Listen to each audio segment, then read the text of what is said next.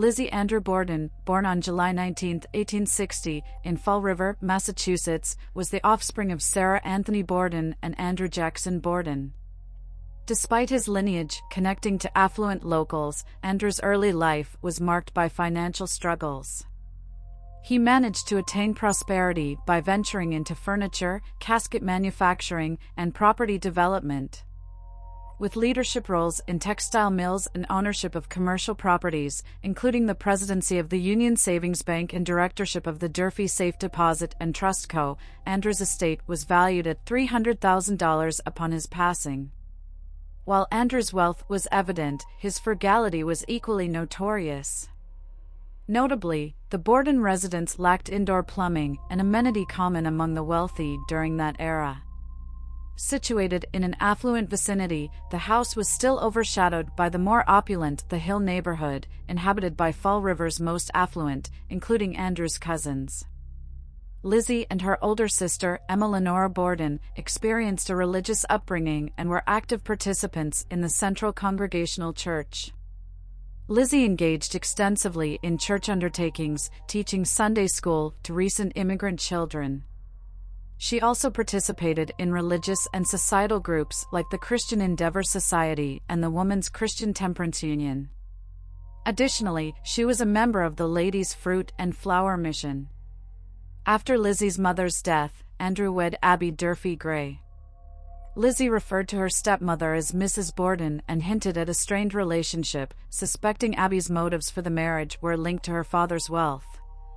Bridget Sullivan, the Bordens' 25-year-old live-in Irish maid, affirmed that Lizzie and Emma seldom dined with their parents. In 1892, Andrew's killing of pigeons with a hatchet, believed to be attracting local children, caused tensions. Lizzie had constructed a pigeon roost, and although it's debated, it's often said she was upset by their deaths. An argument led both sisters to take vacations before the murders occurred. Months preceding the murders saw escalating tension in the Borden family, particularly concerning Andrew's property gifts to Abby's relatives. After their stepmother's sister received a house, Lizzie and Emma acquired their former residence, where their mother died, for $1. They later sold it back to their father for $5,000, prompting suspicions of financial strain. The night before the murders, their maternal uncle, John Vinicum Morse, arrived for a business discussion with Andrew, potentially contributing to the already strained atmosphere. In the days prior to the murders, the entire household fell violently ill, likely due to tainted mutton left on the stove for multiple days. Abby, cognizant of Andrew's unpopularity, feared poisoning due to the circumstances. On the evening of August 3, Morse arrived and spent the night in the guest room. The following morning, after breakfast attended by Andrew, Abby, Lizzie, Morse, and Sullivan, Andrew and Morse engaged in conversation in the sitting room for nearly an hour. Around 8:48 a.m., Morse left to purchase oxen and visit a niece in Fall River, planning to return for lunch at noon. Sometime after 9 a.m., Andrew set out for his morning walk. While the guest room's cleaning typically fell under Lizzie and Emma's responsibilities, Abby went upstairs between 9 a.m. and 10:30 a.m. to tidy the bed. Based on forensic findings, Abby was facing her assailant during the attack. The initial blow was struck on the side of her head, just above the ear, causing her to fall face down on the floor, resulting in injuries to her nose and forehead. The assailant then inflicted 17 more blows to the back of her head, resulting in her death. Around 10:30 a.m., upon Andrew's return, his key failed to unlock the door, leading him to knock. Sullivan went to open the door, and upon finding it stuck, she expressed frustration. She later attested that after this, she heard Lizzie's laughter. Although she couldn't see Lizzie, the laughter appeared to come from the top of the stairs. This detail was significant because by this time, Abby's body was visible on the second floor.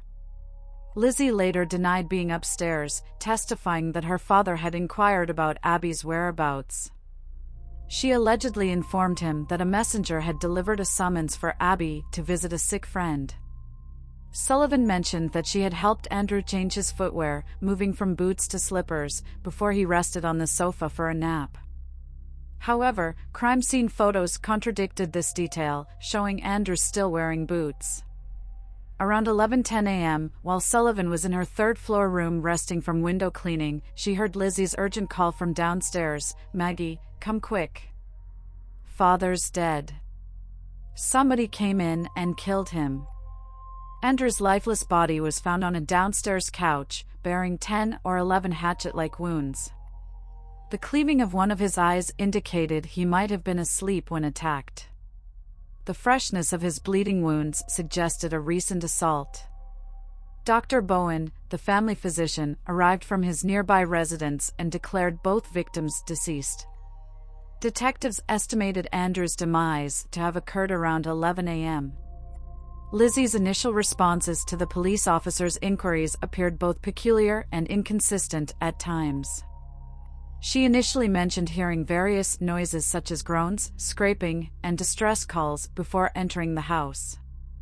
However, 2 hours later, her account shifted, asserting she had heard nothing unusual and entered the house without sensing anything amiss. When questioned about her stepmother's whereabouts, she described Abby receiving a note to visit a sick friend. Lizzie indicated that she believed Abby had returned and requested someone to check upstairs. Sullivan and a neighbor, Mrs. Churchill, were halfway up the stairs, and as they peered into the guest room, they saw Abby lying face down on the floor. Several officers who interviewed Lizzie noted a discomfort with her demeanor, describing her as excessively calm and composed. Despite her demeanor and inconsistent explanations, the police did not examine her for bloodstains. While her room was searched, the inspection was cursory, with the trial later acknowledging that a thorough search wasn't conducted due to Lizzie's reported illness. This laxity was subsequently criticized for its lack of thoroughness. In the basement, law enforcement discovered 2 hatchets, 2 axes, and a hatchet head with a broken handle. Suspicion surrounded the hatchet head as a potential murder weapon due to the recent break in the handle and the deliberate application of ash and dust to give the appearance of age. However, none of these tools were removed from the premises. Due to the household's earlier unexplained illness, both the family's milk and the victim's stomachs were tested for poison, but no evidence of poisoning was found. Some residents speculated that Lizzie had acquired diluted hydrocyanic acid, but she claimed it was for cleaning purposes, despite the medical examiner's statement that it lacked antiseptic properties. Following the murders, Lizzie and Emma's friend, Alice Russell, chose to stay with them overnight, while Morse lodged in the attic guest room, contrary to later accounts. The night of August 4th saw police stationed around the house. One officer reported witnessing Lizzie and Russell entering the cellar with a kerosene lamp and a slop pail. They emerged, Lizzie later returning alone, appearing to be engaged in an activity near the sink. On August 5th, Morse left the Borden residence and was met with a crowd of people, necessitating police assistance for his return. The subsequent day, a more comprehensive search of the house was carried out by the police, including an examination of the sisters' attire and the confiscation of the broken-handled hatchet head.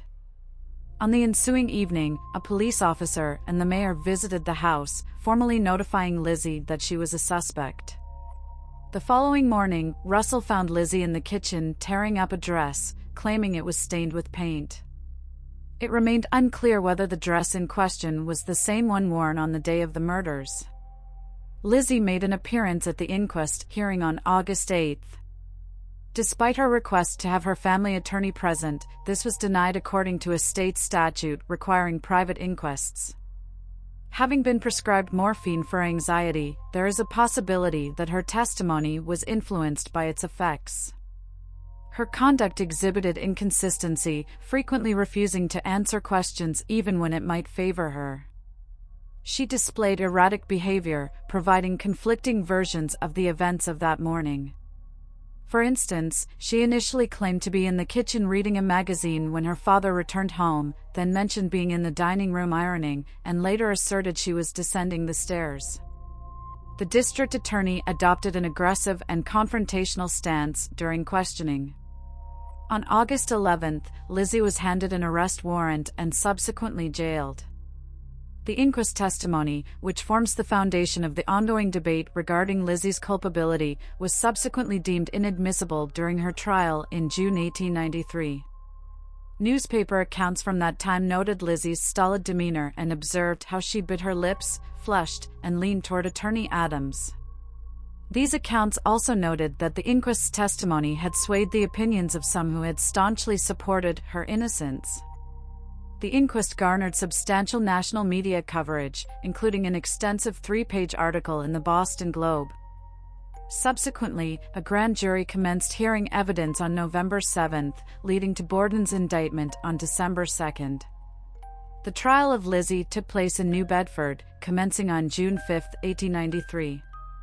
Prosecution was led by Hosea M. Knowlton and future U.S. Supreme Court Justice William H. Moody. On the defense team were Andrew V. Jennings, Melvin O. Adams, and former Massachusetts Governor George D. Robinson.